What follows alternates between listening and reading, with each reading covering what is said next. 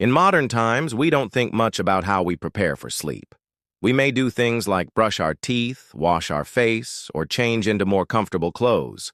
But back in feudal Japan, samurai had their own unique way of getting ready to hit the hay. Welcome back, everyone, to my channel. Today we are going to look at how samurai prepared for sleep in feudal Japan. If you like this kind of content, please consider liking this video and subscribing for more historical tales. And all right, let's get started. As we have seen before, being a samurai was more than just fighting with swords and bows. It was a way of life. There were strict rules that governed every aspect of a samurai's existence, and preparing for sleep was no exception. Much of what we know about how samurai slept comes from one source, the Book of Five Rings by Miyamoto Musashi. This book was written by the legendary swordsman Miyamoto Musashi, who was a ronin, or masterless samurai. It's not entirely clear when he wrote it, but scholars believe it was sometime between 1645 and 1647, near the end of his life. In this book, Mushin shares his wisdom about everything from sword fighting to the art of strategy.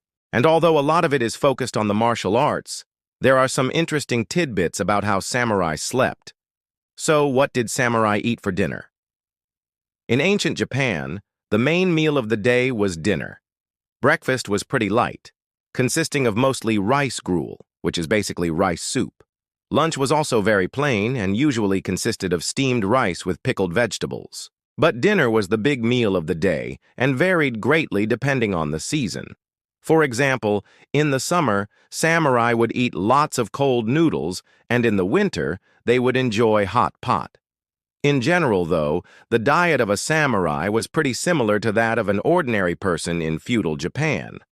Rice was the staple of the diet, and protein came from fish, shellfish, tofu, and eggs. Vegetables were also common, as were fruits in the summer. What a samurai wouldn't eat, though, was bread. Bread was introduced to Japan by European missionaries in the 16th century, but it never caught on because wheat was too expensive. Also, the Japanese palate wasn't really accustomed to the taste of bread, so it remained a foreign food that only the elite classes could afford. What time did samurai sleep? As we have already mentioned, dinner was the biggest meal of the day for a samurai, and it was eaten pretty late. In fact, dinner might not have been finished until 9 p.m. or even later. After dinner, a samurai would need to rest for a bit before retiring to bed, so it wasn't uncommon for a samurai to go to bed at 10 p.m. or later. However, the exact bedtime varied depending on the season. In the summer, when it was still light out at 9 p.m., samurai would wait until 11 or 12 p.m. to go to bed. But in the winter, when it got dark early, samurai would retire much earlier. In general, though, samurai needed to wake up early for morning training, so they didn't stay up too late. Did samurai sleep naked? It's no secret that Japanese people like their onsen or natural hot springs. In fact, many hotels and ryokans or traditional inns have onsen as a main attraction. But did samurai sleep in the nude? The answer is probably not. Although onsen are common in Japan, they were not part of everyday life during the Edo period. In fact, most people took baths only once a week. Even samurai, despite their higher status, followed this custom. And there is no evidence that they slept naked. However, there is some evidence that samurai slept without any undergarments. This is based on a few paintings and woodblock prints that show men sleeping with only a loincloth on. It's possible that these men are samurai since they are shown with swords at their sides, but it's also possible that they are just commoners. Either way, it's unlikely that samurai slept completely naked. What kind of beds did samurai sleep on? During the Edo period, there were two main types of beds used in Japan: the yukibure, or straw mattress, and the makura, or pillow. Yukibure beds were simple affairs consisting of a straw mattress on the floor. These beds were used by commoners and poorer samurai. Makura beds, on the other hand, were used by wealthier samurai and members of the nobility. They consisted of a wooden frame with a straw mattress on top. This mattress was covered with a variety of bedding, including a sheet, a blanket, and a quilt. In addition, a mosquito net was often used to keep insects away.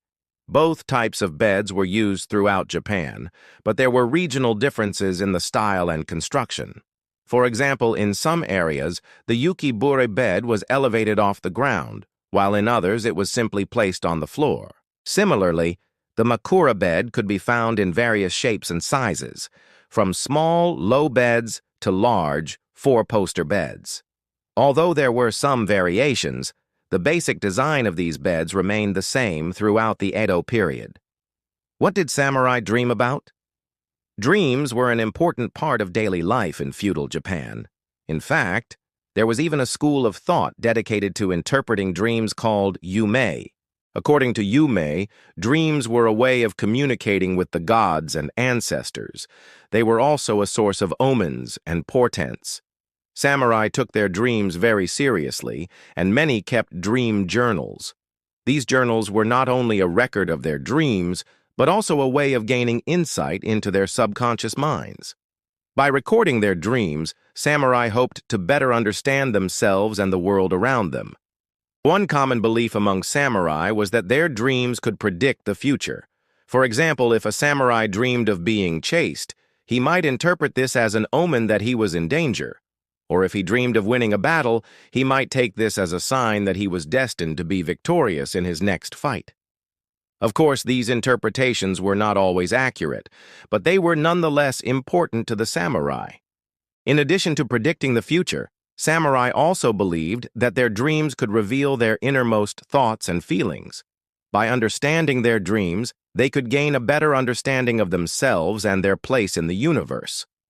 This was especially true for samurai who were undergoing a period of self-reflection or who were facing a difficult decision. In these situations, their dreams could provide the guidance they needed to make the right choice. Overall, samurai were deeply invested in their dreams, and for good reason. Dreams were not merely a nightly occurrence for them, but rather a way of connecting with the divine, a source of insight and a guide to the future. We hope you enjoyed learning about how samurai prepared for sleep in feudal Japan. If you did, please leave us a comment below. We'd love to hear your thoughts. And don't forget to subscribe so you never miss an episode. Thanks for watching. See you next time.